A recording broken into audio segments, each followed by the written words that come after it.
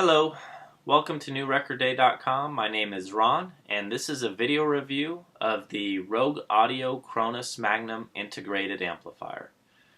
The reason that I decided to do a video review is, first of all, I wanted to kind of shake things up on the website. I wanted to take some time to kind of explain the amplifier, the reasons for switching gear, and just wanted to kind of give my impressions about it, and to talk a little bit about the reasons as to why I made this change and what this amplifier offers that is different than the gear that I had previously.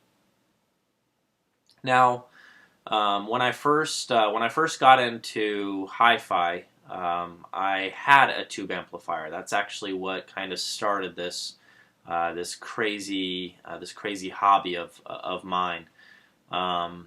It was an Onyx SP3 amplifier, and it had 38 watts per channel. I had it with some smaller bookshelf speakers, and it sounded actually really good. Make no mistake, it was actually a fantastic sounding setup. And over time, I swapped gear and bought different speakers and bought different stuff. Now, the Onyx SP3 kind of stayed put. I never really changed, that amplifier out. I had it for a very long time, and I upgraded my speakers, two different times since then, and eventually landed on these big guys back here. These are the Anthony Gallo reference 3.1 speakers. Now, that little Onyx was a great sounding amplifier, and for 80% of the music that I threw at it, it sounded fantastic. Where it struggled was when it came to bass. These Anthony Gallo's sensitivity of the speaker on paper is really not the most demanding speaker on planet Earth, but things get a little bit complicated because if you see those stainless steel canisters, those are housing 10-inch woofers. Now, unlike the rest of the speaker, those woofers are looking to see a 4-ohm load, okay? So basically, they want more power. That's what I'm going to get at. You have an 8-ohm load that's coming into the speakers, and those see a certain amount of power. You have a 4-ohm speaker that's saying, I want more. I'm hungrier for more power. Well, the bass just wasn't that great. I noticed this on the Telarc 1812 Overture when the cannons go off. It just sounded more like pop guns. It just wasn't fantastic. So, fast forward, I decided to do a little bit of homework, a little bit of research. I reached out to a number of different people in the hi-fi community, and it seemed like the general consensus was, look, what you really need to do is you need to get a high current, extremely powerful solid state amplifier. The minimum recommendation for the Gallos is 150 watts of solid state power at 8 ohms, and realistically, because those woofers want to see that 4-ohm load, what they recommend is that the wattage to double at 4 ohms, so it's able to really grab hold of those woofers and make them sing. So I decided to go with the Peachtree Audio Nova integrated preamplifier and the Peachtree Audio 220 power amplifier. Now, this combination sounded amazing. It really did. At the time, I was only listening to digital music, and it was absolutely perfect for that. It features a high-quality digital-to-audio converter in the preamplifier, so running any kind of digital music from just about any kind of a digital source, it was able to take that and really deliver the goods. It sounded great.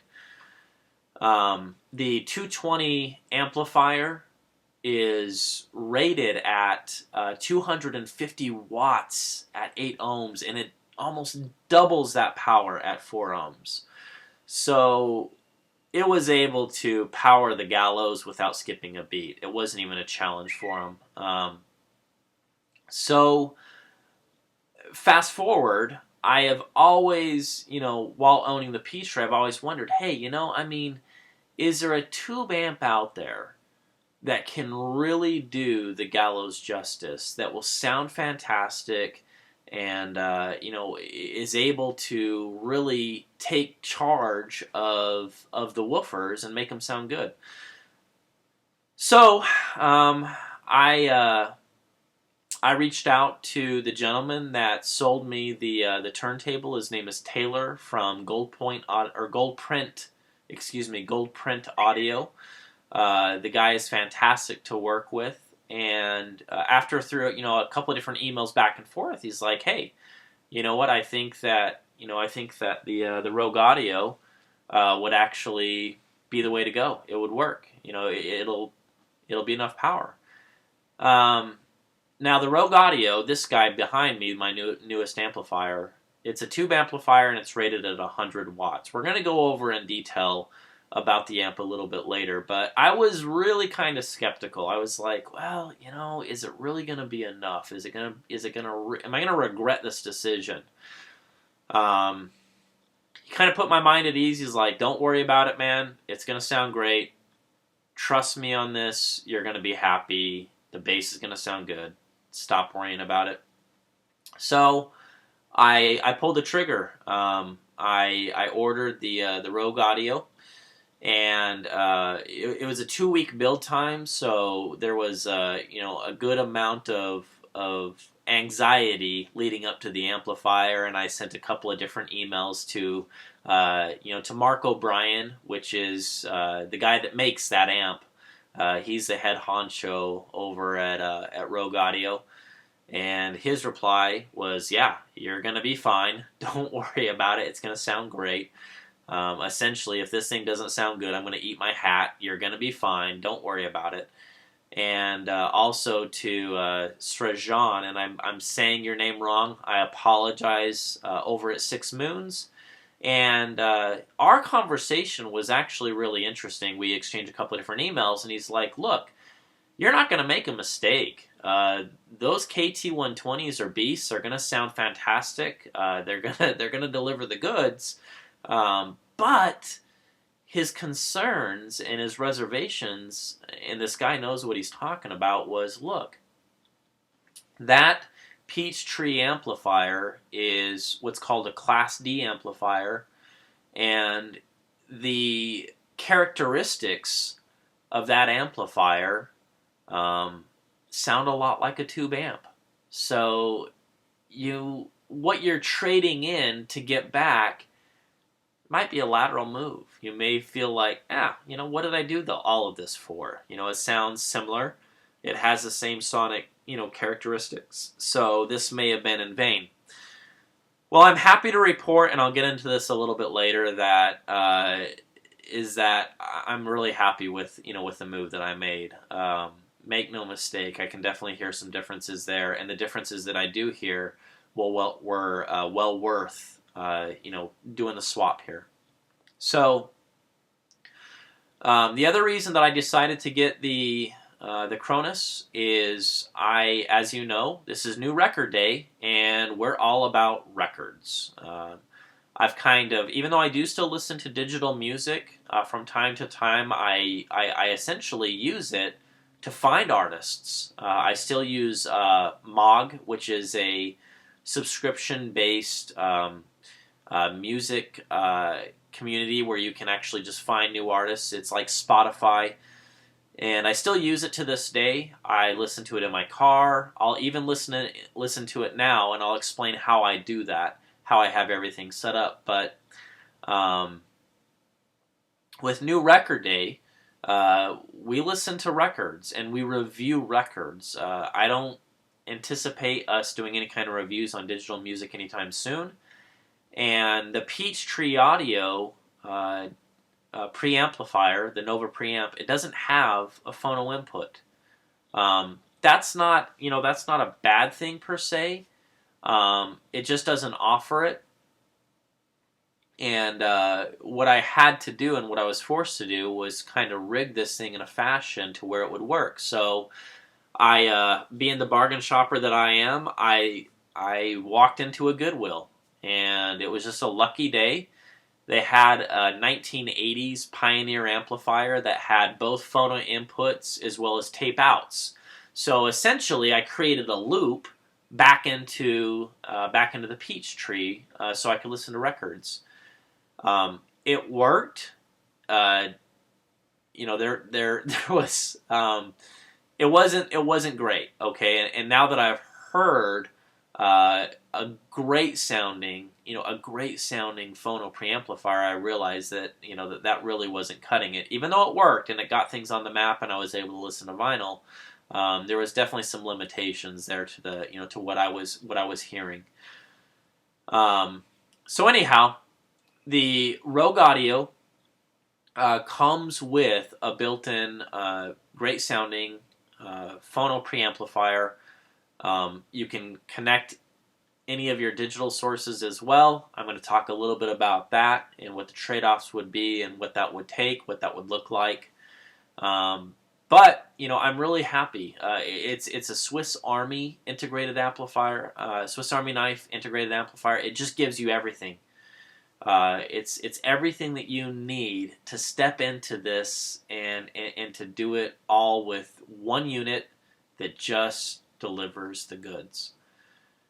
So I'm going to go ahead and switch gears here. I'm going to get a little bit closer to the amplifier. I'm going to talk about the specifications of the amp and talk about the back panel, the front panel, what this thing comes with.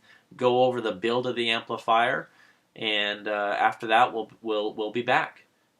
Again, thank you for tuning in, and welcome to NewRecordDay.com. All right, and we're back. Starting from the left-hand side of the amplifier, moving to the right, this is the front panel. As you can see, it's a brushed aluminum finish. It's actually really nice looking. The Magnum amplifier normally has like a kind of a turquoise-looking logo right here, silk screened on here, that says Magnum. I just wasn't a big fan of it.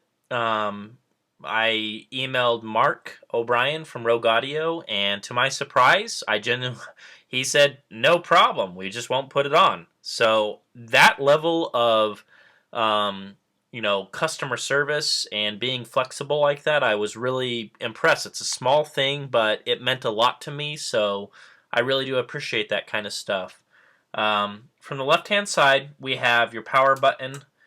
This is what engages the amplifier. I have it disconnected from the back, so there's no power, but the power button turns on the amplifier. That would turn on this little blue LED. To the right of the LED, this is your infrared for your remote. We'll get to the remote a little bit later. And then we also have a headphone jack here, which is just your standard quarter-inch jack. And I have tested it. It does work. It does work. Excuse me. I don't have the greatest headphones on planet Earth, but it sounds very nice based on what I can hear. The front panel input selector is just a rotary type knob that gives you your phono, CD, auxiliary 1, and auxiliary 2. Okay.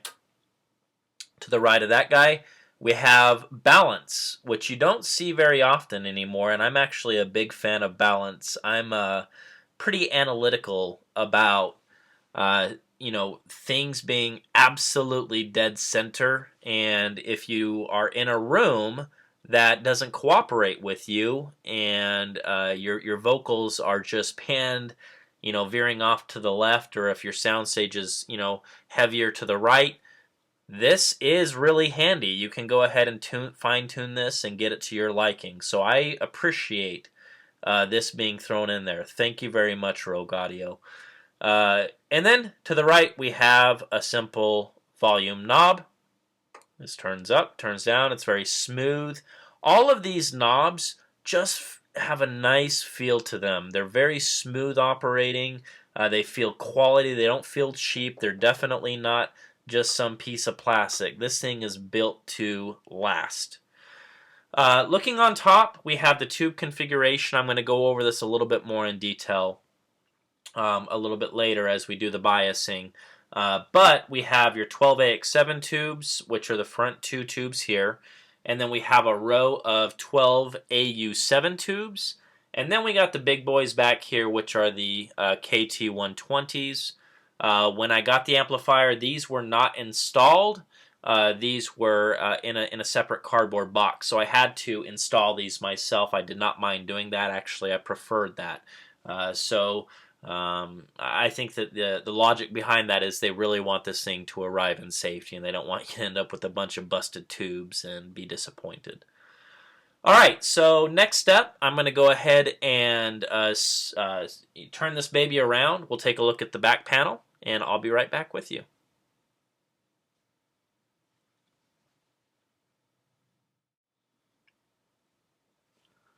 Alright, from the back of the amplifier, there's a couple things that are worth pointing out. First of all, on the far right and the far left of the amplifier, we do see that we have these high quality speaker terminals. They just screw off. You can go ahead and use spade connectors, banana plugs, just about anything, raw speaker wire, which is what I use. And then we also have, just moving over here, this little strange looking, screw-on deal that says ground. That is for a turntable. Turntables typically will come with some kind of a ground lug just to reduce the amount of hum that a turntable produces. And then we have your phono RCA jack inputs. We have your CD inputs, and then we have your auxiliary 1 and auxiliary 2 inputs. Now, these three are identical in terms of the amount of amplification that they receive, so it doesn't mean that you have to use a CD player with this input. It's just labeled as such. You can use just about any line level source that you want. Where things get interesting is over here. We have a fixed output and then a variable output. Now, I emailed Taylor asking about the fixed output, and I think that we're both kind of scratching our heads going, well, I guess you could use it as a tape out if you wanted to send a signal to another device. If you wanted to rig this in a fashion to where you would be using the phono stage of this into a separate amplifier, that's what that would be used for. Not really sure how useful that's going to be to me, but it's thrown in. I'm not going to complain about it. Now this guy, however, is quite a bit more interesting. This is a variable output of the amplifier. Now, variable meaning that it is connected to the volume of the amplifier. Okay, so it's variable in the sense that as you turn the amplifier up, this signal increases. As you turn the volume down, the signal decreases. This is very cool, and I'm going to tell you why. If you happen to be interested in purchasing this amplifier and you were throwing this in a cavernous giant room, unlike my room that is itty bitty tiny, and you really needed to bring on some more bass, you could hook up 2 subwoofers to that thing. And you could have stereo subs, which is really, really cool. So that's just one very useful feature. I don't know if I will ever use it. If I ever get stereo subs, it would be really interesting to get those integrated in here and see what they sound like. So that is a cool feature. I'm really pleased to see that. I think it's awesome. We have your typical power socket here. The Rogue Audio Cronus Magnum comes with a power cable, which I am using. If you want to upgrade it, that's your decision. You can definitely do that. And then just to the right of that, we have your fuse compartment, and then we have your other speaker terminals. It's worth noting that the speaker terminals are definitely high quality. They feel very solid. I'm really pleased with the Magnum version. They upgrade these. I think that the other ones are plastic, so that is really, really cool. I'm really happy about that. All right. Next step, we're going to get into biasing and talk a little bit about that, and then we will go ahead and conclude the video. Alright, so we've got the Cronus amplifier here on the kitchen table. I don't have it plugged in, which you would need to do if you're going to be doing the biasing on the amplifier. But I just wanted to show you how easy this actually is. Read the manual if you do decide to do this.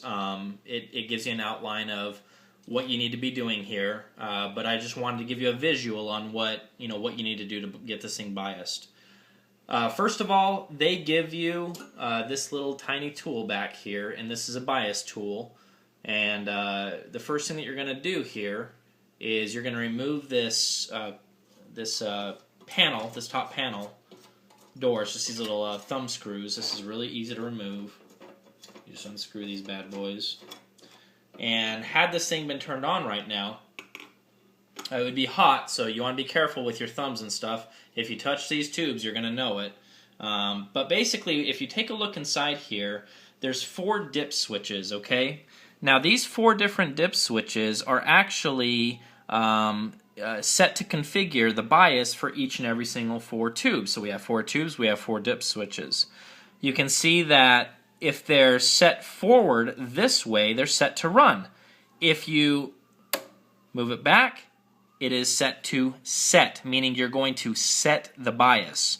So at that point, if this thing was on and connected to speakers, what would happen is as soon as I move this to set, on this little dial right here where it shows the milliamps, this little needle would move up into where the voltage is at. According to the manual, you need to be at 35, which is just 2 notches above 25 there. These are all in increments of 5. So, back inside here, you have this little potentiometer right here. It's very, very small, and that's what this bias tool is used for. Is essentially it's just a tiny little flathead screwdriver.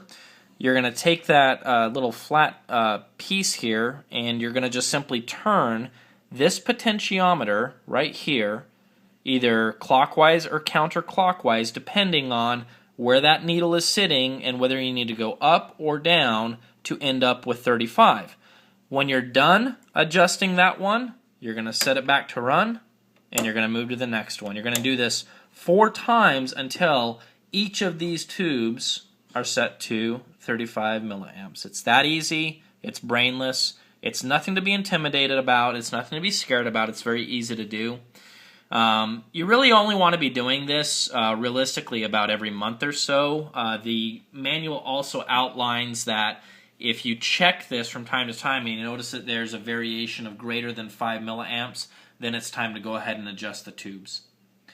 Alright, well that is it for the bias. Next up, we're going to go ahead and kind of just do a conclusion of the video. I'm going to give my last and final impressions on the sound of the amplifier, and that'll be it. Thank you. Alright, so we've come to the end of the video. I hope that you guys have enjoyed learning a little bit more about the amplifier. I want to kind of finish things off by just kind of talking about my impressions about the sound characteristics of the amp and what I've noticed and what some of the differences are that one can expect by going from a solid state amplifier to a tube amplifier, just in general. I also have reviewed the footage thus far, and there's a couple pieces in there that that I just kind of skipped over, and I didn't really spend some time talking about it. I mentioned how I have things connected to the actual amplifier, so I just wanted to touch base with that briefly.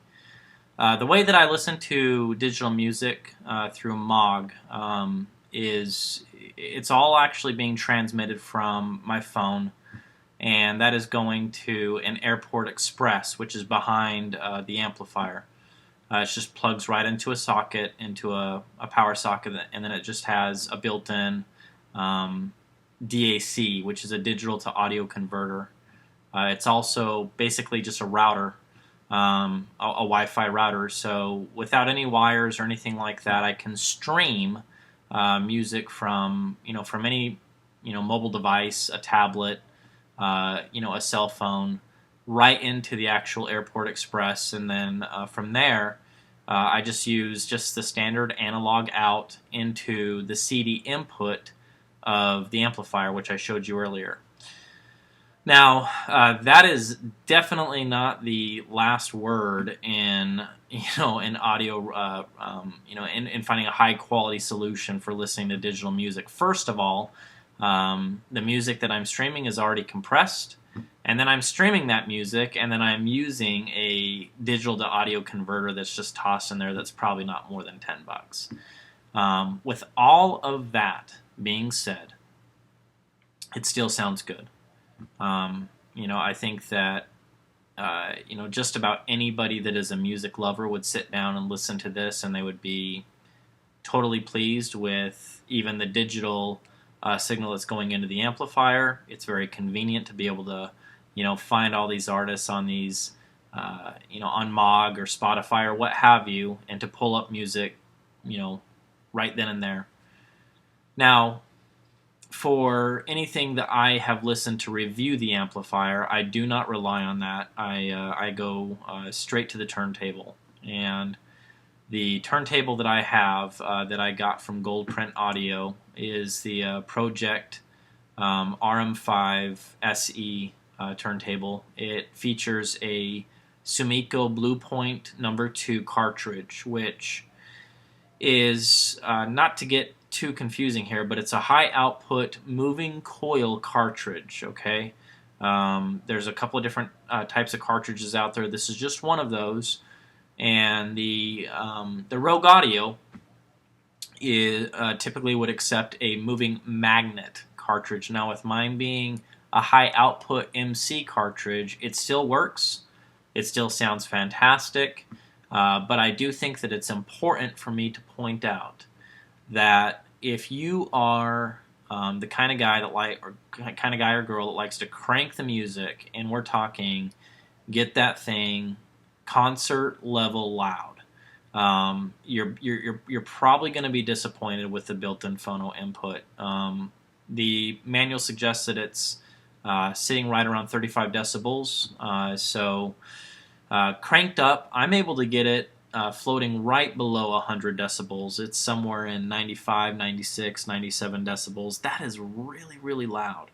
But I just think that it's important that I be, as fair and honest about this as I can, and let you know that if you are going to be using a high output MC cartridge like I am versus a moving magnet coil, you know what? You may feel like at some point you're going to want to get that thing cranking up louder and louder, and then at some point it just stops and you can't get any more juice out of it. That is not the fault of the amplifier. It's not designed necessarily for moving coil cartridges, so I'm not going to fault them for that. It still works, it still sounds fantastic, and I'm definitely happy with it. Now, it's really hard to describe sound. It really is, and I've had this, doing these reviews has been interesting for me because it's really subjective, and it's going to be based on your ears and how you hear things and what you notice. When I sit down and I listen to music, I will obviously listen to music that I enjoy, that I like, and I'll listen to it, in terms of the musicianship behind it, the lyrics behind it, all of that. And then when I'm trying to do something like this, where I'm trying to, critically listen, I try to remove myself from that aspect of the music, and I try to really pay more attention to the production value. I try to listen to, how the actual instruments sound and the tone of those instruments. So the Rogue Audio Cronus Magnum, where I feel that, where it really shows off, where it does really, really well, is if you throw anything at this thing that is recorded well, that is acoustic instruments, acoustic guitars, violins, orchestra music, classical music, anything like that, boy, you're really in for a treat. There's something about the sound of tubes that I didn't get that out of the Peachtree. The Peachtree was a darker, a warmer sounding amplifier, But there's this magic that I hear with a tube amplifier that everything just sounds wider. The soundstage, from left to right. When you close your eyes and you listen to the music, you have pinpoint accuracy of each and every single instrument, the artists on stage, and everything just sounds just slightly larger than what I remember with the Peachtree. And then on top of that, the top end, any of the cymbal, the crashes and the splashes with the Peachtree, while it was a little bit more rolled off on the top end, much like a tube amplifier does, because it does have a tendency of rolling off the top end. It seems to me like it was more organic sounding. It sounded as if as the drummer smacks the cymbal or hits the cymbal, or he's just hitting the ride. Um, you really do get a sense of listening to what it would sound like as that wooden drumstick is actually hitting that cymbal. With the acoustic guitars, very much the same way. There's I was listening to Damien Rice, the track Cannonball, and the way these acoustics sound, it's almost eerie in a way. There is an air that is there. I don't know how else to describe it, but there's just this sense of realism as he plays, and he's striking the strings and he's playing the strings on the acoustic guitar, that micro details that just kind of pop out and flourish. It's just really the magic of tubes that I think that's doing that, because I didn't things like that didn't really stand out with the Peachtree. I wanted to talk a little bit about the bass. If you haven't read the review, I kind of use the analogy of if these two amplifiers were prize fighters, the Peachtree would be Mike Tyson. You would have the the knockdown power of Mike Tyson, but at the same time, the Peachtree would be like fighting Muhammad Ali. Which one would you want to get into the ring with? Well, I feel that way because while the Peachtree does have like a faster, like a quicker punch to it. It's like a transient attack when the bass is delivered, especially like on the cannons on the 1812 Overture. It's almost like you blink your eyes because it just hits so quickly and so fast. It's just like, man. Whereas with the Rogue, I didn't get that as much. I didn't get as quick of an attack or as fast as a transient attack. But that certainly doesn't mean that the bass wasn't there. It's just doesn't. I'm starting to understand when people say that the bass doesn't sound as fast. I think that's what they're trying to. That's what they're trying to articulate, is that it was just it just wasn't as fast sounding as with the Peachtree. Now, besides that, the Peachtree, I think is able to dig in a little bit lower, and we're not talking like 80 hertz. We're not talking even 60 or 50 or possibly even 40 hertz. We're talking really low. I've got some tracks, a Dave Matthews track from his not self-titled album. It's Some Devil, and it's Gray Blue Eyes, where there's these big, like it sounds like almost like a big giant I don't even know what kind of an instrument it is. It's just really deep bass drum, it's so deep.